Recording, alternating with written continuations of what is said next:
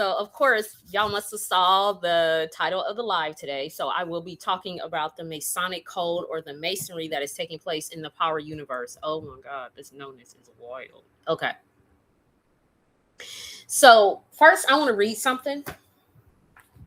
I want to read this. So, y'all listen to this. The crescent and the star symbolize the egg, ovum, within woman attaching itself to the uterus within woman, both being of feminine origin, reproduction of self. And yet again, after the 6 weeks, she may create for herself a male son after her likeness. The dual principal energies of the fertile moon and the brilliant fertile Venus of love confirms the acknowledgement of the Virgin Mother, or the widow, as I'm always talking about. This implies she is of herself, that is, God of all the light and creator of man, her son. So that's an excerpt from this book here.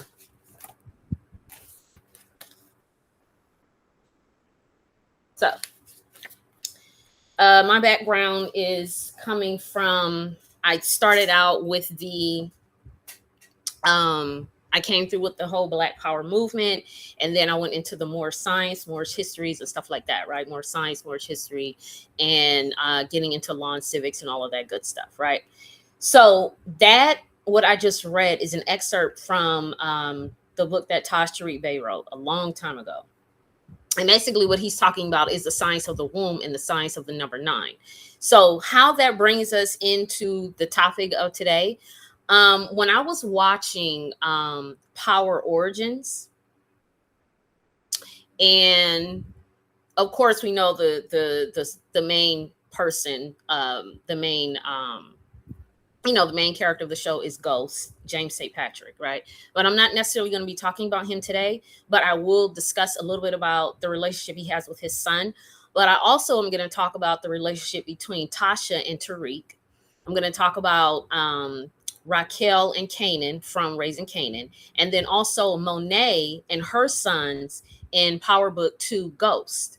So first off, when I talked about, I mentioned the masonry, right? What I learned in my studies is the masonry or mason, which is ma and son, right? So we're getting into the science of masonry, which is ma and son. And then we also get into the science of the widow. And if you pay attention to all 3 of those characters, all 3 of those matriarchs in those series, they're all widows. They weren't widows at first, but they ended up being widows, right? Now, we can kind of say that Raquel was a widow, right? Because the story that we first received was that who she said was Canaan's father was not really his father, but the person she said that he was dead, right? DEFCON. So, okay. So basically, so what that is all 3 of these women were in the position of the widow. So Monet, she did what she did. All the stuff that went on with her, and I forgot the husband's name just that quick. But the last name is Tejada. I can't remember the dude's name it's Lorenzo, I think. So she did what she did to have him taken out. So then that made her the widow, right? And then we see in Power Origins where Tariq killed his father, which made Tasha a what? A widow, right? So all 3 of these women are the widow. They're all exhibiting the science of the widow. When you come into this knowledge, when you decide to, like, when you basically stop allowing the ego to take over, basically, and I say this for men specifically a lot of times because they don't like to accept the fact that a woman can basically, she can basically, be on her own. She's the widow, specifically the Black woman. When we get into the scholar, his name is C.M. Bay. He wrote this book, The Clock of Destiny 1 and 2. He also wrote on, I forgot the name of it. I can't find my bookshelf. A lot of them got lost in the move. But another book he wrote, it's called Zodiac, the Zodiac. Something talks about Zodiac, the mother of the Zodiac, right?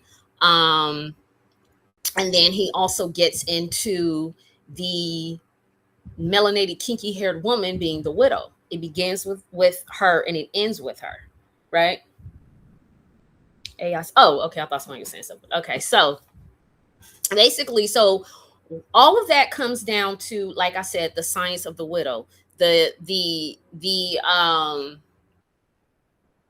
we get into also the womb, right? So we're starting to get more and more information and science about the womb and what it really can do, right? And then we also have heard the stories about parthenogenesis. Now, a lot of people like to sort of I don't know, they're like in conflict with that whole concept of parthenogenesis. But if you look at the biological sciences of the female, the human female, the woman and her womb, first of all, the fetus always starts off as female. That's number one. It always starts off as female. And then we have what's called the SRY gene that comes online, I guess, and then you end up having a male. So my question is always, how do you go from the female to the male? So something has to take place within your womb and also the mind, because a woman's mind and her womb is connected. They're one. And this is what women don't understand. Your womb and your mind is connected. So we get into so much of the science about eventually going from the female fetus to the male fetus, right? The SRY gene that kicks in. Now, how is that kicking in? I'm still trying to figure that part out. I'm not quite sure on that just yet, but you have to wonder, well, why and how? If the fetus starts off female, what's going on there that it ends up turning into a male? I was talking to my daughter about this, and she was like, so basically transgenderism takes place in the womb. So I thought that was a very interesting point that she made. And I also was reading recently how men who get to a certain age, their sperm is no longer superior. It's no longer, when they get to a certain age, I believe it's 40, their sperm starts to lose the vitality and the everything that made it, very virile and superior, whatever you want to call it, whatever the descriptive you want to give it. But once they get to a certain age and get to 40, that starts to decrease. And so then you start to see a direct relation between the man's sperm and the woman ended up having a miscarriage. So what I just found out recently was that if the sperm once it enters into the woman's womb, if it's not the best, like I said before, the egg itself actually goes in and starts to repair it. So when we talk about the power that women have with their womb and all of these things, we're talking about this at a cellular level, right? And I just want to say this right now. This is a disclaimer. This is not talking about men and bashing men and all that. So don't come in my comment section with that bullshit, because I'm not fighting with y'all. I'm not arguing with you. This is science. If you don't believe me, look that shit up. It's peer reviews on it. You can look it up. I'm not making this up. I'm not pulling this out of the air. It's science. Look it up. So anyway, the egg itself starts to go to work to repair that sperm to make it good enough to fertilize it, right? So we have to ask ourselves, well, when was this always the case? Because if we look at what a woman's womb can do on its own, then you have to wonder, then what was the need for the male sperm? But that's a conversation I am not getting ready to dive into today, because that's a whole lot of science, and that's going way, that's a lot of science. I'm not getting into that today. So all of this to say, I wanted to kind of put that out there. But when we get into these shows, one of the things that I wanted to discuss was Courtney Kemp, the creator of the show Power Origins. And as I'm watching this, having a background myself in literature, Shakespearean literature, Greek literature, and all of that, I started seeing all of these parallels between Shakespearean and Greek tragedies within these shows. And so I actually went and did a little bit of a search on Courtney Kemp's background. And as it turns out, she has a background in Shakespearean studies. So I thought that was really interesting. So it's not a coincidence that you can see that within the show. If you are not someone who has studied Shakespearean literature and Greek mythologies and stuff, this could possibly, you might be like, oh, what is she talking about? But you can still, get an understanding of it. But when we get into the Shakespearean aspect of it, there's many different stories that parallel. Macbeth is one of them. Macbeth is the Lady Macbeth who basically is in the background, manipulating things, moving things around to get Macbeth in the position that she wants him in order for her to gain power. So this is basically what my daughter's on here, y'all. This is basically what Tasha was doing. So when we get into Tasha and her son Tariq, right? So all of the problems, all of the things that took place between her and Ghost, ultimately, their marriage is basically shattered, right? And Tariq starts to develop a hate for his father, right? And this is very much paralleling the story. It's not Macbeth. I think it's, gosh, I had it pulled up too. Yeah, I'm just gonna go ahead and talk about it because I can't find it. I hate when this happens. I have my notes and then it's like I'm trying to find it. But anyway, the story between Tariq and his father parallel the Shakespearean tragedy, and also Greek tragedies where you always have that father-son conflict, right? When you look at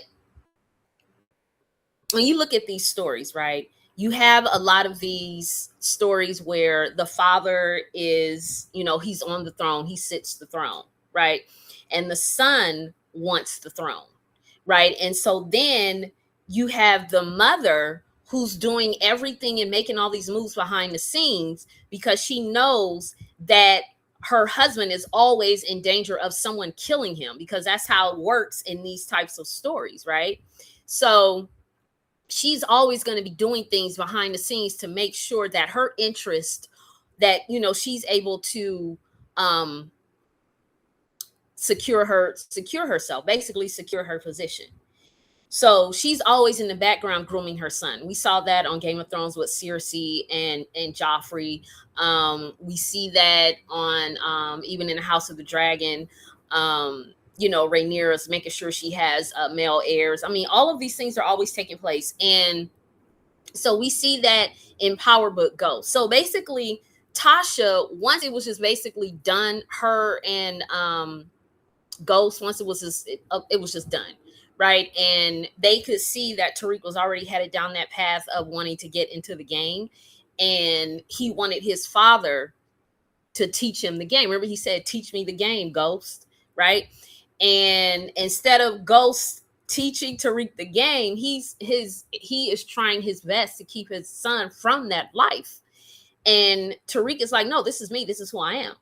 So at first, Tasha, she didn't really, obviously she didn't want to perpetuate this for her son, right? But she had to make sure that she stayed secure because she knew that Ghost was basically going to leave her with nothing. I don't know if y'all saw I can't remember what episode it was. I guess it was the last episode where they were hearing the reading of the will, and basically Ghost left Tasha nothing.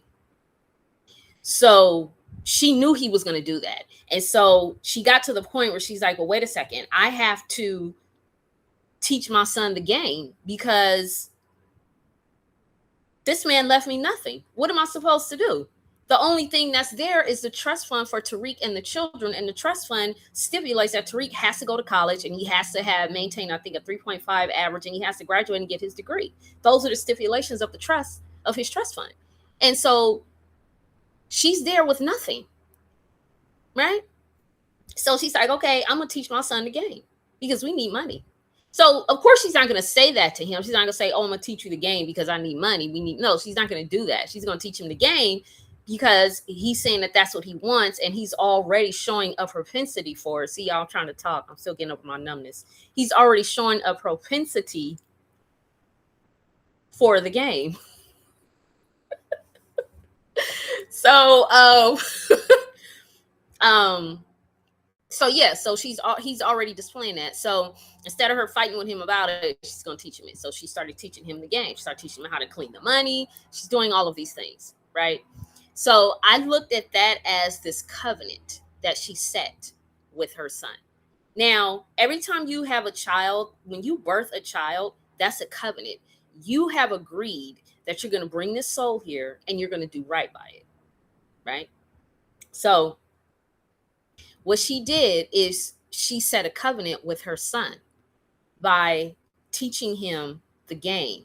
I wish I could pull up some screenshots, but I don't know how to do that. It was certain images that I wanted to show with Tasha sitting down with Tariq. And basically it's a screenshot from a scene where she's basically talking to him about how the game works. That's the covenant right there. So once she did that, once she agreed to that covenant, she had to stay that she had to do right by him. So she had to do everything that she could to keep him from getting caught.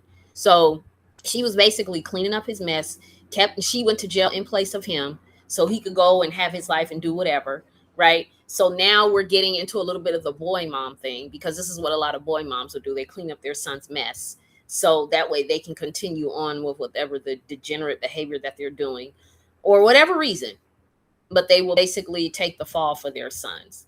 And we saw that clearly in Ghost.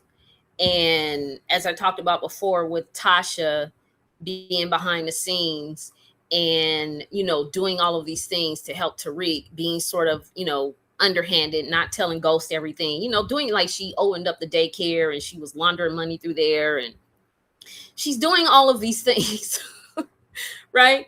And she's doing it all under the guise of saving Tariq, keeping Tariq from going to jail, making sure Tariq is good, right?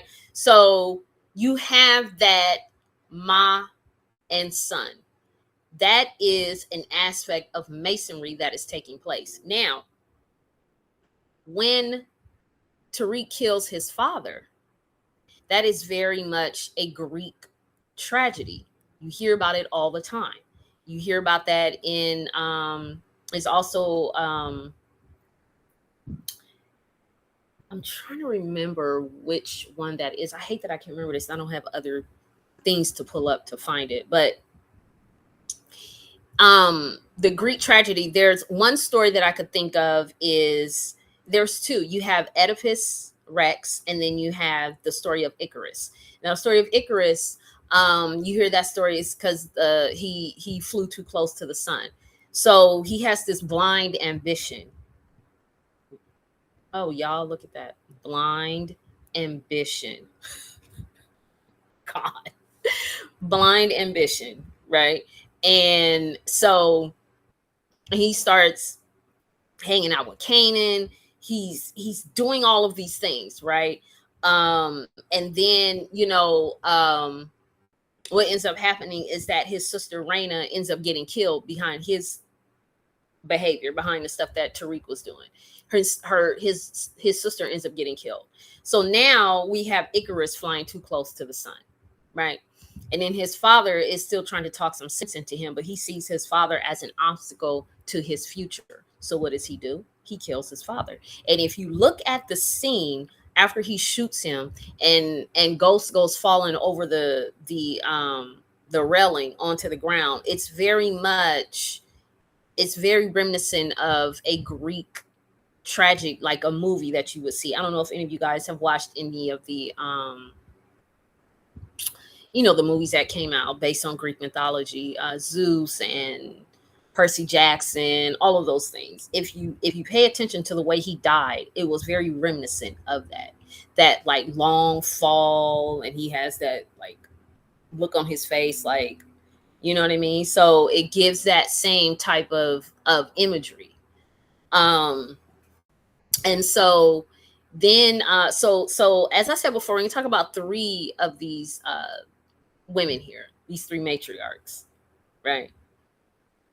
As dysfunctional as it is, they are matriarchs in that particular, in those families like that, right? Excuse me. So after we see Tariq kills his father, and then his mother Tasha, she's doing everything that she can to keep him from going to jail, right? So she's covering up things, she's doing all of these things. Then we see Tariq go ahead with life. He goes to college and he's in the game and he's doing all these things.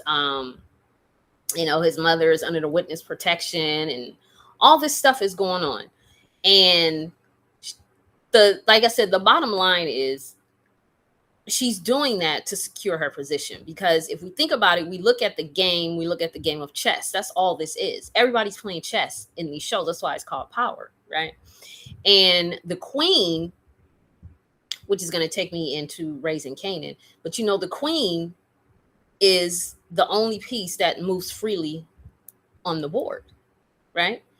So in order for Tasha to be able to eventually move freely across the board, she has to invest in Tariq. She has to make sure Tariq has everything that he needs. She has to make sure that he's doing the things that he's supposed to do. When he went to that one girl, the one that helped Tasha clean her money at the daycare, they thought she was going to testify because the feds have been questioning her. And what did Tariq do? He went to the girl's house because he was getting ready to take her out. His mother told him to do it. Tasha was like, you got to do what you got to do. So this is why I called it the mother of monsters, because honestly, she created that monster. Because if women, we have to take full responsibility for what we create in our wombs. And like I read earlier, the excerpt I read earlier where I said that she creates this child in her likeness. She can create a male child. You first start off with a female child, but then you can create a male child, and you create that male child in your likeness. So if he's saying, well, I'm this way and I'm that way, then mother has to look at herself in the mirror. Right? Now, of course, father, obviously, because he has his father's genetics as well. But, oh, look at you, my daughter. Okay, she promotes his psychopathic behavior. Yes. So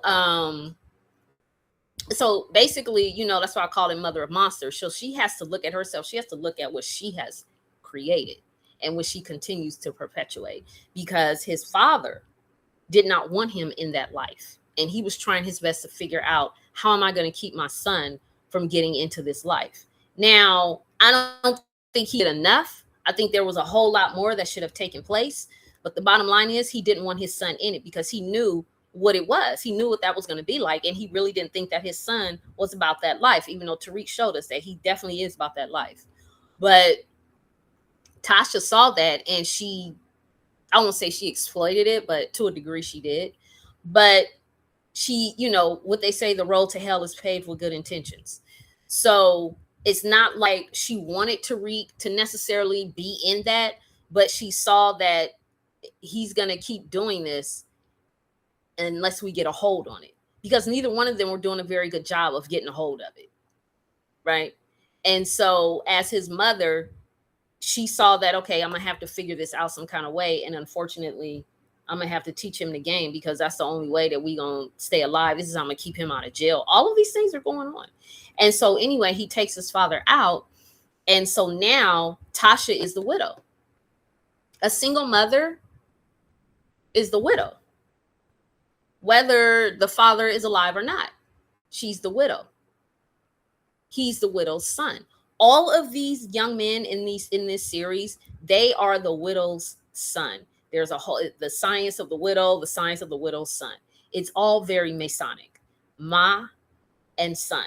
That's the big Masonic secret. People always talk about Masonry and secret society, blah, blah, blah. Ma and son. That's it. Now, when we get into transitioning into Raising Kanan, which I thought was brilliant. But no, y'all. I'm going to go into Power Book 2 Ghost, because I want to get into Monet, because that's very interesting. And then I'm going to segue into Raising Kanan. So with Monet, we can say she actually started off as the widow because Lorenzo was in jail when we're introduced to the Tejadas. He's in jail and she's running the family business, right? So she's standing on business and she has her children around her. So she has her 2 sons and she has her daughter. Now, she often clashes with her daughter, and that's because women and their daughters are always going to clash, because your daughter is your literal mini-me. She's your mirror. She's showing you who and what you are. I say all the time that our children are fragmented shadows of us. So your daughter is your mirror. This is why a lot of women are jealous of their daughters. They don't like their daughters. They mistreat their daughters because their daughter is truth. So Diana and her mother, they often clashed, right? Now, Monet and her relationship with her sons, specifically Cain. Cain is her soldier, her lieutenant. He does all the dirty work. Any kind of dirty work, muscle, whatever, he handles it without hesitation. And throughout that whole entire series, all he's trying to do is gain his mother's approval, right? So we have to look at how when you're first born, right? Your mother is God. I had a good friend of mine when she said that her mother died and all the things that she went through, she was like, my God died. So as a baby, this is all you know. Your mother is God. You look to her for everything. You don't have a concept of a sky daddy. You don't have a concept of some man that you're supposed to worship, right? Your God is right there in front of you. So Cain was constantly trying to get his mother's approval. And no matter how much he tried, she was always moving the goalposts, always moving the goalposts. And Monet was very like, it was certain points where she was just getting on my nerves because she was just too, she was just too toxic. Just her whole energy, everything about her was just like I'm not condoning that her kids, Diana and Drew, plotted to, take her out. But at the same time, I was just like, you know what? I don't blame them. She's so annoying.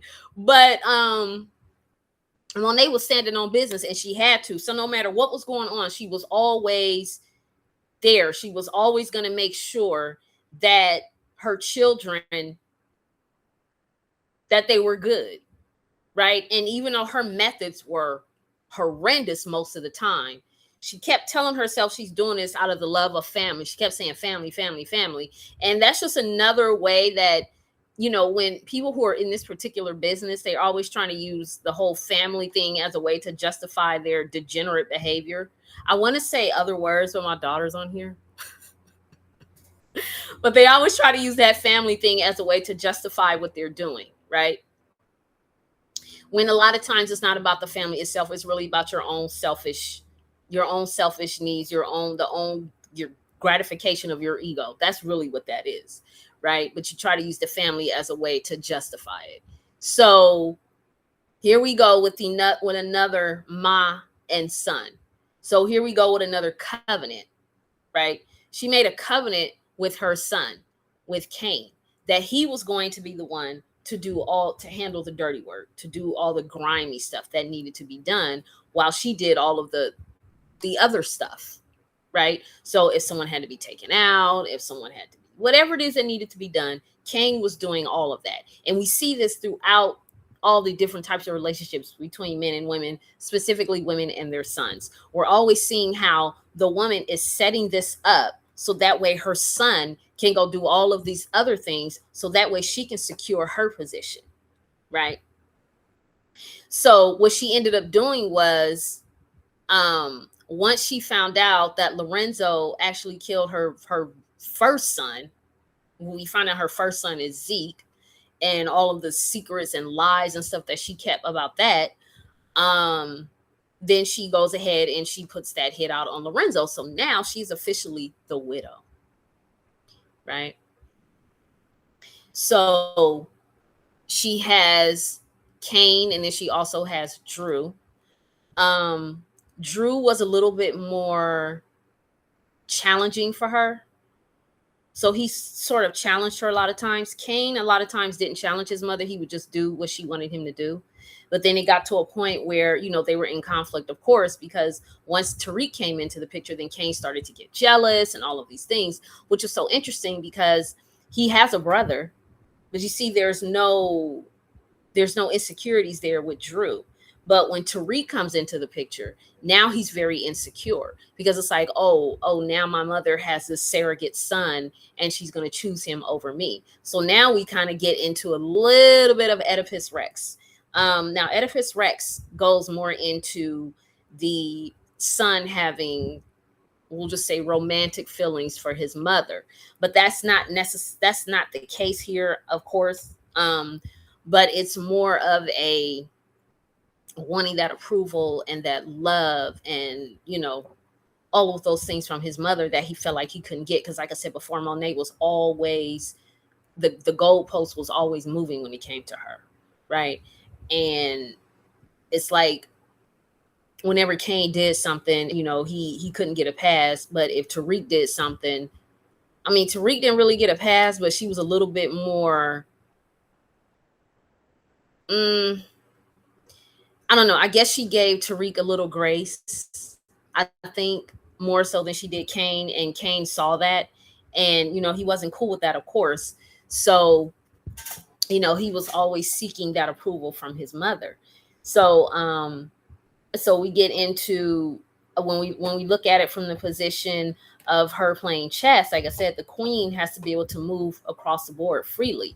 And so, all of the people around her are basically these pawns, right? So we can even see that she was trying to use Tariq as a pawn at first, but Tariq is very strategic already, so he could kind of see that that's what she would be doing. So it's like, no, you're not going to use me as a pawn. I'm going to be right here in the position making the moves. And so she, to a degree, I think also she was sort of using her children as pawns.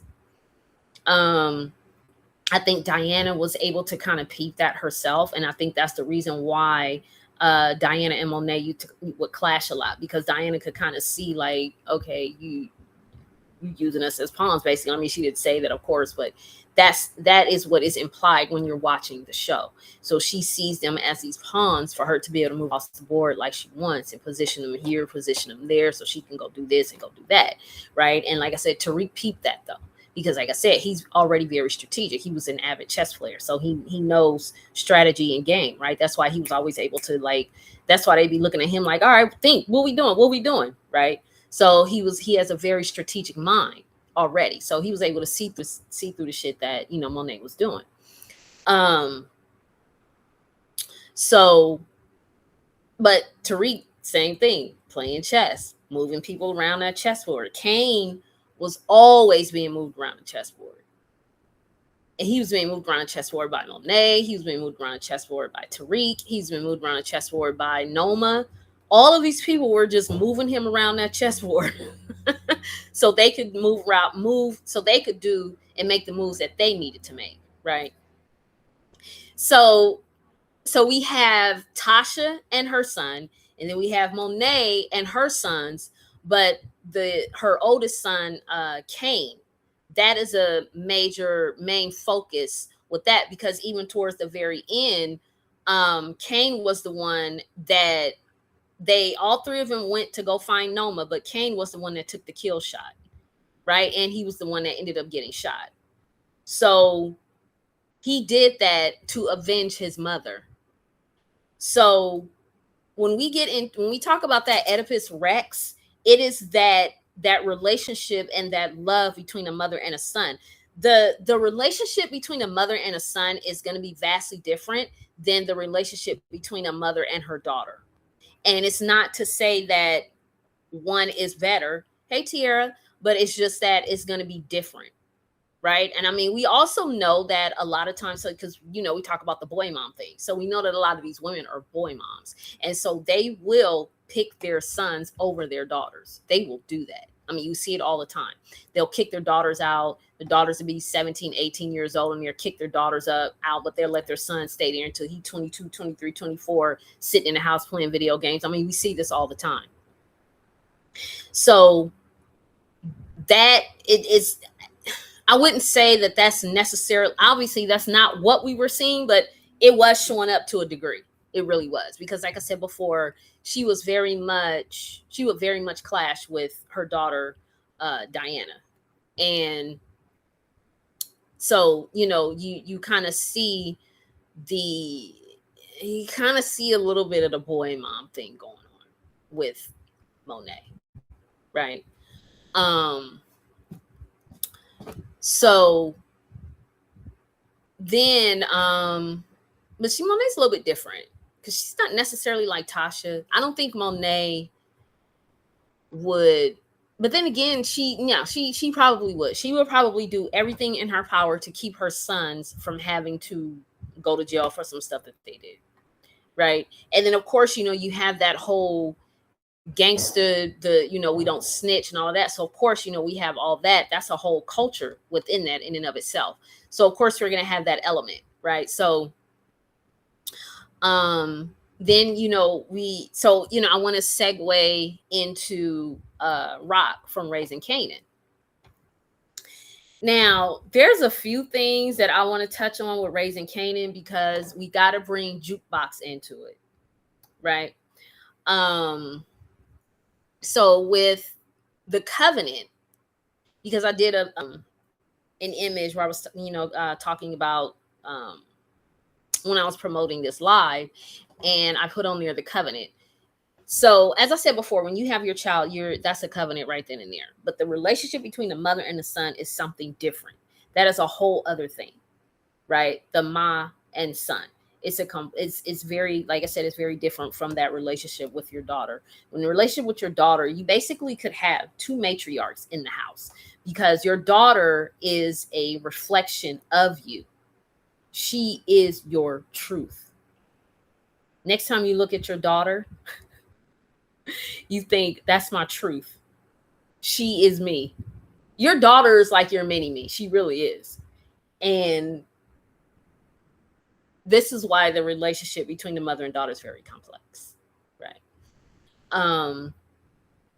So with Raquel in Raising Kanan, this was really a really, really great example of the Masonic code of the ma and son, right?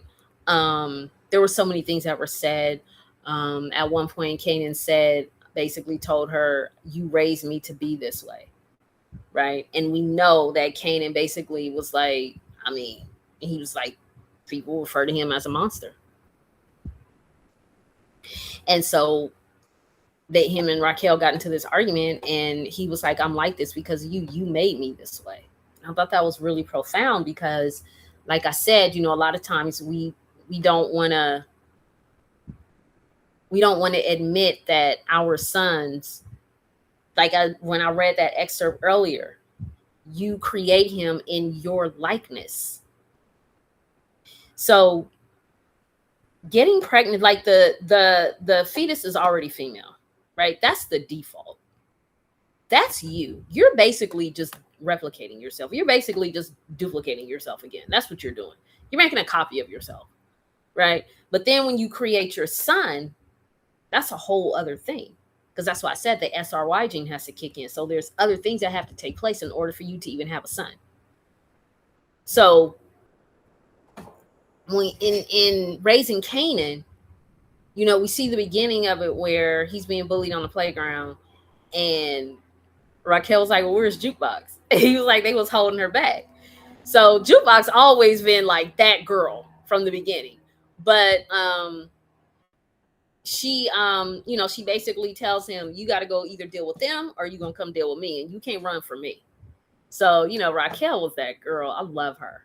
So even though she was doing a lot lying and grimy stuff, but she was still that girl.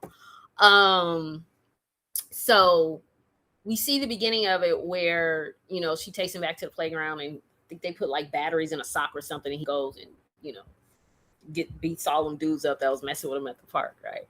And so basically what she's saying to him is, this is going to garner your respect. And we know that when we say, I talk about all the time, the male hierarchy, and how when you have males together, there's always the threat of violence, because males are going to size each other up. That's just what they do. They're going to mess with each other. They're going to push on. This is what they do, because they're testing to see if they find any weakness. This is what they do. This is male. This is boy world, right? This is what happens in the male hierarchy.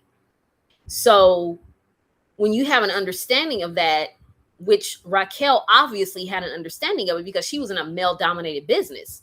So she had an understanding of that. She knew that her son had to go and deal with this, because she knew if he didn't, that he was going to consistently be picked on, because they were going to see him as weak, and they were always going to pick on him, because there's something in abusers that they want to prey upon the weak. There's predator and then there's prey, right? But there's something with abusers in them where they want to harm something that is weaker than them.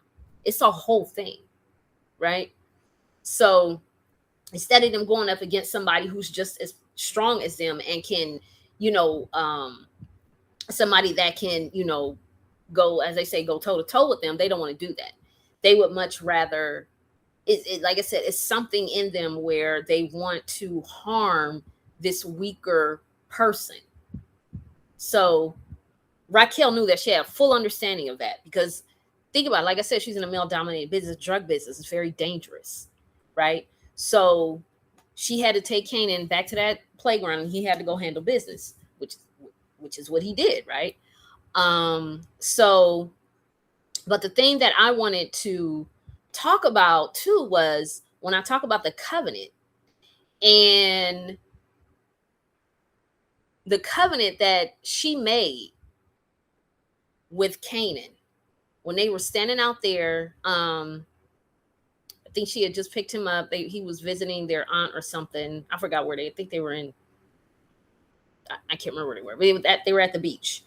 And I think it was before they left. They were outside or they hadn't gotten back. I can't remember, y'all. But anyway, she and Kanan were standing outside, and she was like, I don't want you to do this, but I see you're going to do it. Same thing with Tasha and Tariq. She didn't necessarily want Tariq to do that, but she knew he was going to do it. And then you have to think about it, regardless of where you're being raised, like in Tariq's case, for some reason, he was still, as much as Ghost tried to not expose him to that lifestyle, he ended up being exposed to it. But I really think that the reason what happened was when Ghost went ahead and started having that affair with Angela, it opened up the floodgates. It opened up the doors for Tariq to start to see things, right? Because all he knew, his dad was a businessman. He owned a club. That's all he knew.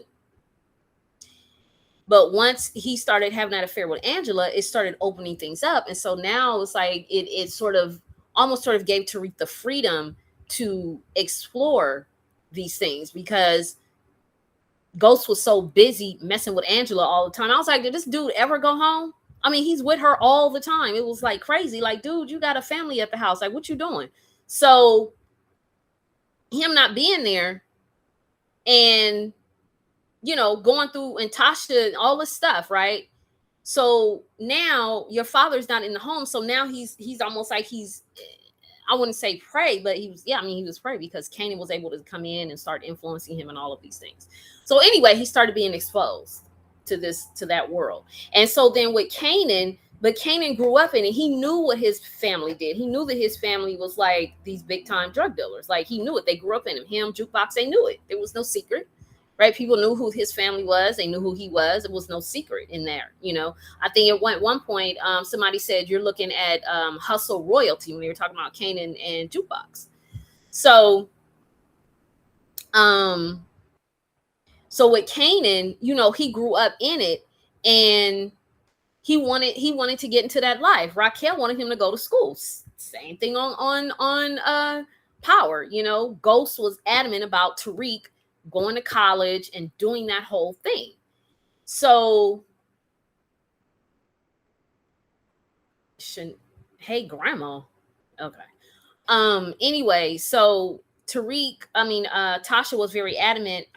I'm sorry. Ghost was very adamant about Tariq not doing that. And in this case, it was the same thing with Raquel. Raquel wanted Kanan to go to college. She wanted him to do well in school and all of these things, but he was like, he don't want to do all that. He wanted in the game. And so, despite her best efforts, but even with it, like I said, despite her best efforts, but even within her best efforts, she was still doing things. She was still lying to him. She was still manipulating him. And that covenant was actually created that night when they were standing outside talking. And she basically said, okay, if you want in, then this is how it's going to be. And so she gave him the gun and he was practicing shooting and she was just looking at him. And I said, that's the covenant right there. That's when it started. And then the first thing he needed to do was kill his father. And that scene where she said, I'm your mother and I'm asking you to kill a man. That's so, like, I don't know what that is. Who does that? When I'm watching, I'm like, who does this? What mother does that? But everything Raquel did, obviously she did it for a reason. Every sort of manipulation, every lie, all the things that she did, she would tell herself that she was doing it for her son.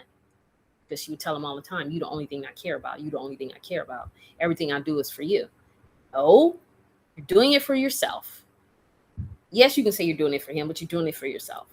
So she tells him to do this. And she doesn't tell him who it is. She lies about that. Right? And then, of course, he goes and does it, but he doesn't follow through on it. So dude end up living, the cop and all this kind of stuff, right? End up finding out that's really his father. All this stuff going on. All of these lies and things that Raquel was telling has started coming back to basically bite her in the ass. So, but the interesting thing is that was a chess move. If she can get him to kill his father, right? Then that means she's able to move freely across the board because she doesn't have his father just kind of like hovering. Not that he ever let on that he was snitched, because he was fully aware of what was going on. But his biggest issue was he wanted Kanan to know that he was his father, and he was trying to have some sort of a relationship with his father, which was also rooted in selfish reasons, because he was saying he was trying to do better in life. He was trying to be a better man, and he needed Kanan to do that. I'm like, how are you putting this kind of pressure on a young man to make you better? You should already be doing that on your own. Having Kanan in your life should just be the icing on the cake, not something to make you a better man, right? So he had his own selfish reasons for wanting Kanan in his life. And I also think it was, to me, and I don't know, I kind of think it was implied. I also think that he was sort of wanting to really get that relationship with Kanan because it was almost like a dig to Raquel, right? Because him and Raquel's relationship was so toxic, right? There was no love lost between those two. And so I think that it was sort of kind of like to kind of get on her nerves a little bit, Okay. So yeah, just sort of a way to just kind of get on her nerves, just like to want to just kind of stay under her skin a little bit, and she knew that. And that's why she wanted Kanan to take him out. And she wanted him to take him out before it was revealed that he was his father. She did not want that to get out, because what does it look like in that world that you have a child by a cop, right? Because then everything else is going to start to come to surface. Oh, she was a informant for him when she was young, and all of these things. So, all of these things start coming into play. So that's why she was like, we got to get rid of this dude. So Raquel was a cold piece, man. She really was. So basically manipulating Kanan into doing all this. And of course, he finds out that dude is his father, and then this starts the whole conflict between Raquel and her son. So, water break. So this starts the conflict between Raquel and her son. But like I said, Raquel was doing all of this because she wanted to move freely. And if you pay close attention to the show, Raquel was able to move freely across that chessboard. She didn't have to go to a man to ask for permission. She didn't have to go say, I want to do this. I want to buy this property. She didn't have to do any of that. Whatever she wanted, she set her sights on it. She handled it. Raquel was always standing on business, and she didn't need a man in order to do that. Right now, the man Symphony, I think she really had feelings for him. But what I was getting from her was, if I get in too deep with this dude, then he's going to want to eventually want to pull me out of the game. Right. And he's going to want me to do this whole traditional whatever. And Raquel was not about that. She was free. There's a type of imprisonment that comes along. It is. So you go from a woman from being free, right? You go from the queen on the chessboard, moving freely throughout the way you want, to locking yourself in with the man. And now you have all these restrictions. He wants you to do this. I want you to get out of the game. And all this stuff starts happening. Not saying that she shouldn't get out of it. I mean, it's a very dangerous business. But she knew that going in, and she was fine with it, right? Raquel was gangster. She knew it was up. But I think she knew that if she was to get heavily involved with Symphony, he was going to want her to take out to leave the game. And she wasn't trying to do that. She's a businesswoman. I mean, it's just like any woman who has a business. She has a successful business and she gets married, and then all of a sudden the husband wants her to stay home and he doesn't want her. No. When you met me, I was this ambitious woman, career, had all these things going on about myself. That was part of the reason why you were so attracted to me. But now that you have me, you want me to not be me. So you want me to give up my business. You want me to not be the ambitious woman that I was, and you want me to sit at home and have your babies. I don't think so. And I think that's Raquel saw that.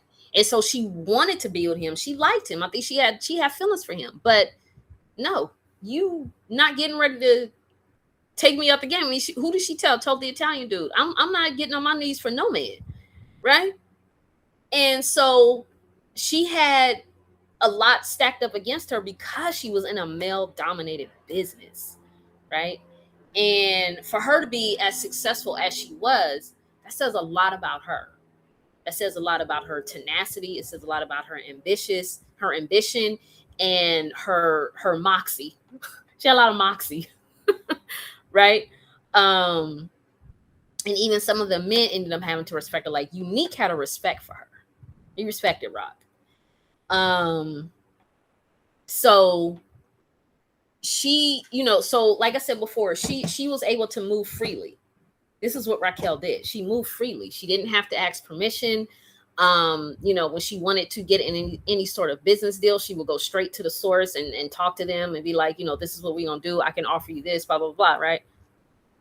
And she always had her brothers. She had Lou and Marvin next to her, right? Supporting her, being her lieutenants, the muscle, all of that. And that's what she had. And that is when women keep talking about matriarchy and what men's role is in the matriarchal structure, that's an example of it. Okay. Raquel and her brothers, Lou and Marvin. And it wasn't taking anything away from them. They were these awesome, powerful men within their own right. Like, I mean, who was more gangster than Marvin and Lou? Like, come on. I love Marvin and Lou, right? But that's what she had. She had those two men, and that is an example of what a matriarchy would look like and what the man's role would be. He was there. His brothers were there to protect her. Marvin told her, "You my baby sister, I'm gonna protect you." And it's like he had to tell her that, because to a degree, Raquel, I mean, she was the head of the business, right? So she would get a little beside herself, talking crazy to her brothers. And so Marvin had to let her know, no, I know what you're doing, and I understand why you are the way that you are, and I'm not trying to change you. But what I am saying to you is, you still my baby sister, and it's my job to protect you, and you're going to let me do that, and I'm going to do that, right? So it's like, respect that, put some respect on that. And all she could do was not just sit back and be like, okay, right? And that's what we're talking about. When we talk about a matriarchal structure and how men are to show up, y'all, that's what we would look for, right? Her brothers, Marvin and Lou, were a perfect example of that. So with Raquel and Canaan, right? So again, we have this Oedipus Rex again, because like I said before, not Freud's theory of, a boy wanting to having romantic feelings for his mother, but only just to the wanting his mother's approval. He still wanted his mother's approval. That's why he was out here wilding out and doing stuff. As much as he claimed that he hated his mother, he still wanted her approval, right? So that's why he was doing all this stuff. And so, but what Raquel would do is she was constantly cleaning up his mess, right? And Jukebox peeped that. And this is why I said the daughters are always going to be that mirror. Now, Jukebox wasn't her biological daughter, but she treated Jukebox like a daughter. She saw her as a daughter, right? So your daughter is peeping you. And then Jukebox said to her, just because I ain't say shit don't mean I didn't see shit. Remember, she said that to her in the diner. So Jukebox is peeping all of this. She's seeing like how people get down, how her family is, and the stuff that they be doing. But it's her family. She loves her family, right? But that doesn't mean that she doesn't see them for what they are and the things that they do. She knows that they lie and they manipulate and do all these things. She knows that Raquel does all that, right? But when you're in that type of business, lying and being manipulative is like the order of the day, right? So, but Jukebox peeped this, and I say that Jukebox peeped the boy mom. She peeped the boy mom dynamic between Raquel and Canaan, because Raquel was always cleaning up his mess. Always. She didn't want Canaan to, it's like, it was almost like, yeah, you, what?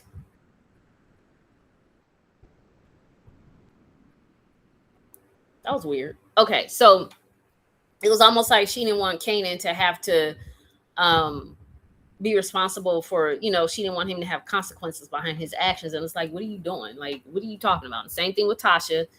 And I won't say Monet necessarily, maybe to a degree.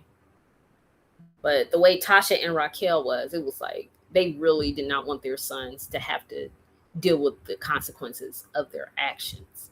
And that is why it was so easy for Canaan to blame Raquel for everything. That's why Jukebox always put Canaan in check. I love Jukebox. Like, she was always putting him in check, letting him know that, look, dude, you know, I'm gonna let you know how you getting down ain't cool, right? And that's what she told him. You can't be a man but act like a bitch. I loved it, because he was literally trying to blame Rock for the reason why he killed Lou. He even said, I didn't know, or I didn't, what did he say? Something he said. It was almost like he was trying not to take responsibility for it. It's like, dude, you killed your Uncle Lou. Like, what are you talking about? You went there to kill your mother, right? But you ended up killing your uncle instead. And it's like, you're not even remorseful about it. So this is why I call this mother of monsters. Because this monster that you're looking at is the very monster that you created. I talk about there's this thing called I think it's called the MAO gene. It's the so-called serial killer gene. And we know that most serial killers are men. But the MAO gene can be found in the mitochondria DNA. So there's that. So when Canaan was like, I'm like this because you made me like this, he basically is telling her, you created this monster, right? So everything that you're seeing that I am, you created it. Now, Does that mean that you don't take responsibility for the things that you do? That is not what that means. You have to take full responsibility. If you got enough wherewithal to kill a man, then you got enough of that to take responsibility for it. So this is such a great example of the science of the widow, the science of ma and son. If you look at it really closely too, though, what you're seeing is a Game of Thrones, right? In the Game of Thrones, what is seriously saying? In Game of Thrones, you win or you die, right? So I look at, especially Monet and the Tejadas. What I was seeing was that everybody was scrambling around because they wanted to take the throne, right? Kill Lorenzo. Now she's the widow. Now she has the throne, right? And ultimately, what ended up happening was that Monet ended up dying, right? And then Diana, you could see, again, it was implied. You could see that Diana was now the new queen pin. She took the throne, right? And Tariq did the same thing. Ghost died. Tariq went through all of the stuff and all of those things. And then he ended up being the kingpin at the very end. He had the lawyer that was played by Method Man. What's his name? Daniel Davis, something. He had him to help keep the money to look legit and keep him out of prison and all of the things. Then he had the feds in his pocket, right? And then he went to, I guess this guy was like one of the biggest suppliers, which was actually Noma's brother, which I thought that was a very interesting how they brought those two together. And so he ended up being the kingpin at the end, right? Took his position as the next ghost. And then in Raising Kanan, nobody won. Nobody won. I mean, Kanan, I guess you could say to a degree, but he really didn't, because Jukebox took out his mother. And Jukebox was so cold at the very end when she said, by the way, she didn't really love you. She asked me to do you instead of her. Now, and Raquel didn't say that. And if you notice at the end, right, at that last part with Raquel, she started wearing that chain with Kanan's name on it again, which is like this sort of like boy mom thing. Like, personally, I don't know about y'all, but I think it's weird to wear a necklace with your, I don't know. I don't know. That's just me. I mean, you got a lot of women who get their children's name tattooed on them. I mean, I guess it's a thing. See, saying it's like this thing with women, mothers, and their children. There's this thing, and especially their sons. Like, it makes you wonder, if she had a daughter, would she be wearing a chain around her neck with her daughter's name? Like, I don't know. It's just, but anyway, she had it on at the end. So really, if you think about it, in Raising Kanan, nobody won the Game of Thrones. But if you want to look at how Kanan came up, because, after all of that, he was still carrying all that with him, and it just made him turn into this monster that we see in Power Origins, right? But even on Power Origins, there was still this part of him that you could kind of see where he kind of wanted to do right. At least when it came to Tariq, he ended up actually bonding with Tariq, right? But nobody won in Raising Kanan. And, it's kind of like the queen is dead, basically, when Raquel was taken out by Jukebox. So, like I said, nobody won that Game of Thrones. But, Kanan, he went on to be, whoever he became in the game. He gained this reputation, him and Breeze. And then, of course, he meets a young Tommy and James. And then we're going to see Power Origins. I cannot wait for that. I'm really excited about that, to see how they're going to do that. But, yeah, nobody won. And the queen is dead. Same thing in Power Book 2. Monet. The queen is dead. So in that instance, like I said, we see Diana, obviously she's going to take the throne. So when you look at these types of shows, everybody is running around trying to kill whoever is in the position, whoever is the king or the queen, trying to take them out so they can take over the throne. That's basically what everybody's doing in these types of movies, types of series and stuff. So yeah, that the masonry aspect of it, when we get into, like I said, it's Ma and Sun, the science of the number 9, the science of the womb. Everything begins in the womb, right? For women, and that's why I said your womb is connected to your mind. And if you start, you like I said, the fetus starts off as female, right? And so then that SRY gene kicks in, and so now you're going to have this male child. You have to go about that differently. I think that a lot of times women are trying to raise their sons like they're raising their daughters. And you can't do that. That's a different dynamic. And women, they do a lot of these things with their sons because they want to be able to, like I said, move freely across the board. They want to make sure they secure their position. And that's what all 3 of these women were doing. That's what Tasha was doing. That's what Monet was doing. And that's what Raquel was doing. They were all doing these things so they could secure their position. They were manipulating their sons so they could secure whatever position that was.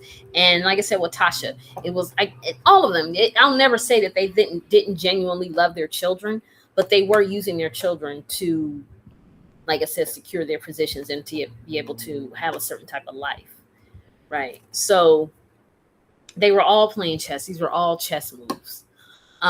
Like I said before, the difference though with Raquel, out of the 3, I would say I think that Raquel was the most free. She was, the most the free to move around more, I think, because I was watching it, every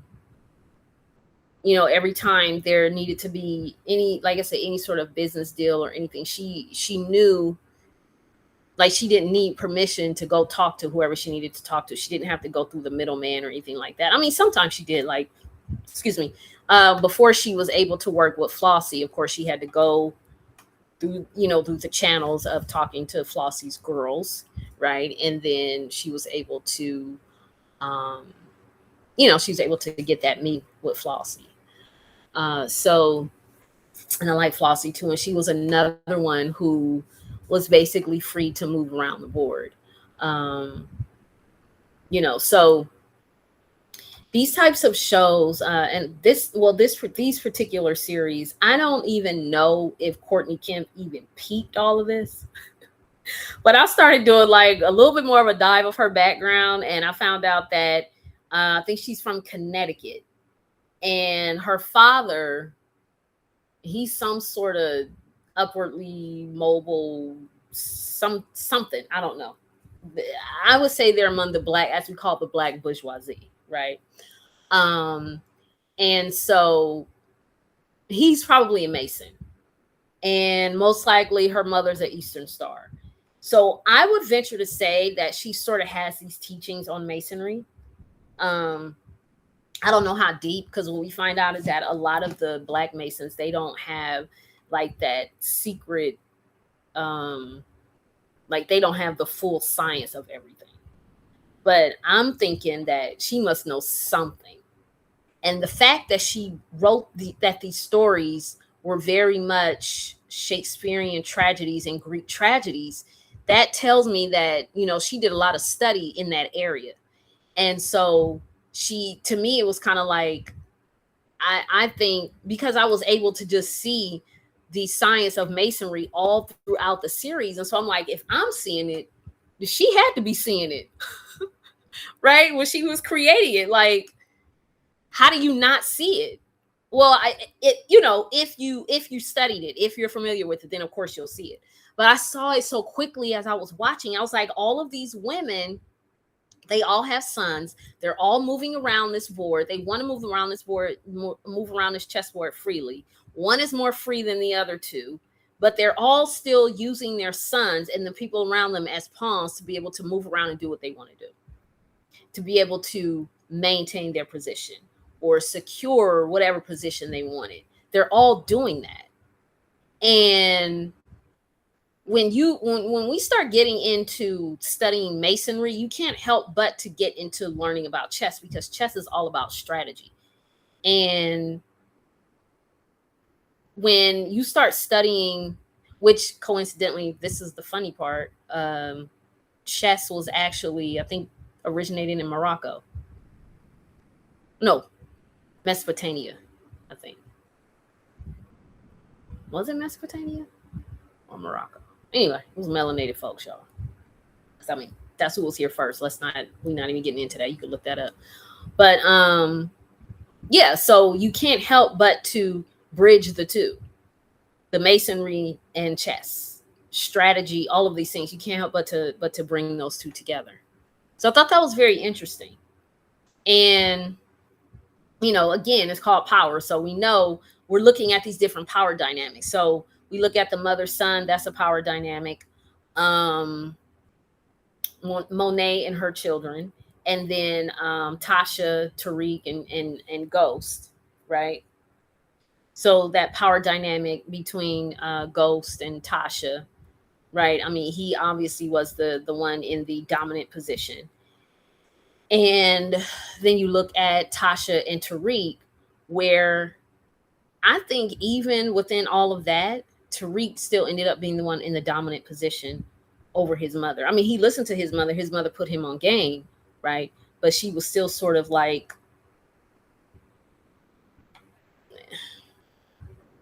I don't know, but that power dynamic was there.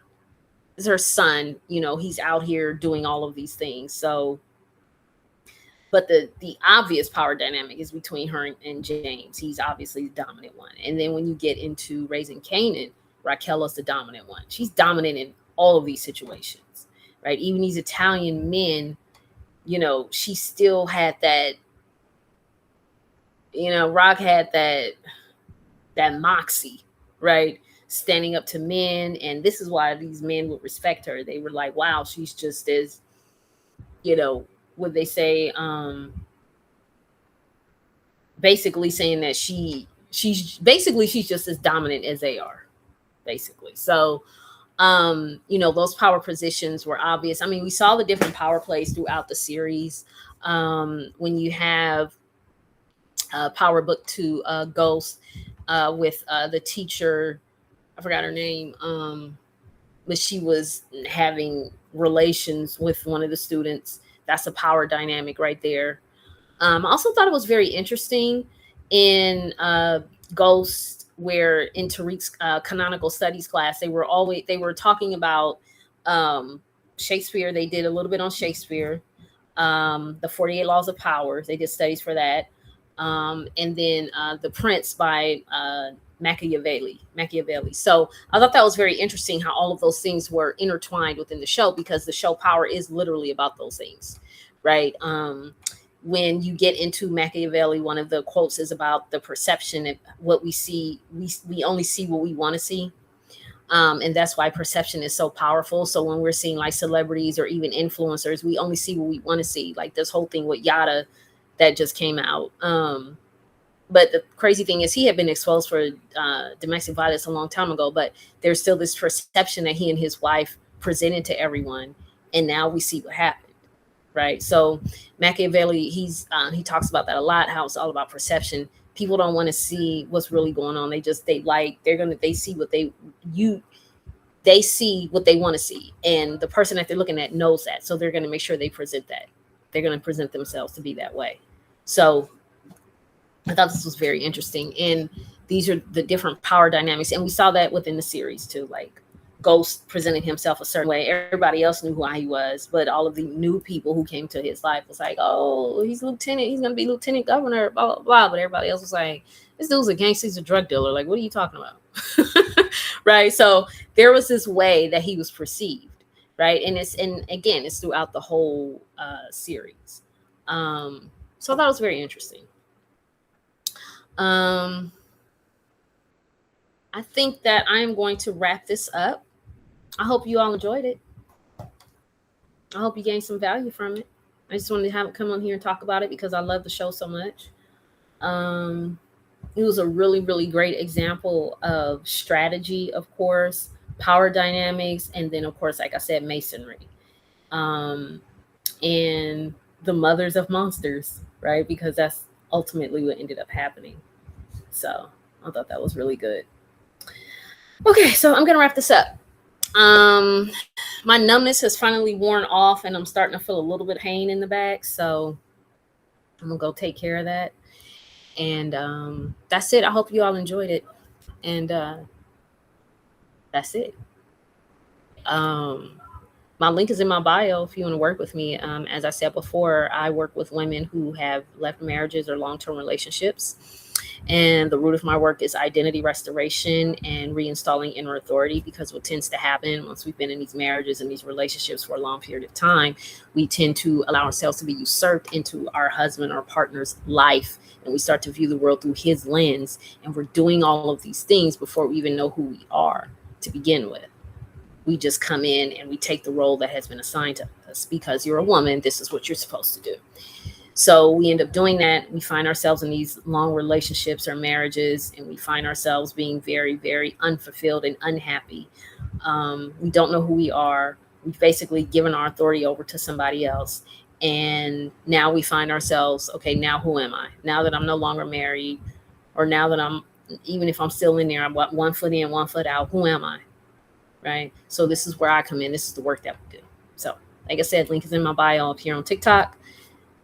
Substack, you know where to find me. Link is in the bio. And speaking of strategy, real quick, I do have, if you go to my stand store, I have this strategy checklist for women, daily strategy checklist for women. It's just a checklist, but I also have an audio guide that you can listen to, and it goes along with the checklist, but it goes into more depth. So it's really interesting, and it's something for you to just kind of keep. You can keep it, tap back into it whenever you need to. But yeah, you can find that if you click on my link, you'll be able to find it. So, okay, y'all, I'm out. Oh, and if you want to work with me, you can DM me here. Substack, you can DM me. Substack over here on TikTok, you can DM me. So, I guess that's it. All right, y'all. Deuces.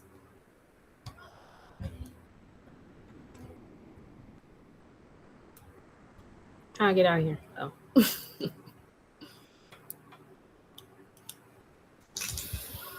Whew. Oh, yeah, I'm still on here. Let me take. All right, y'all.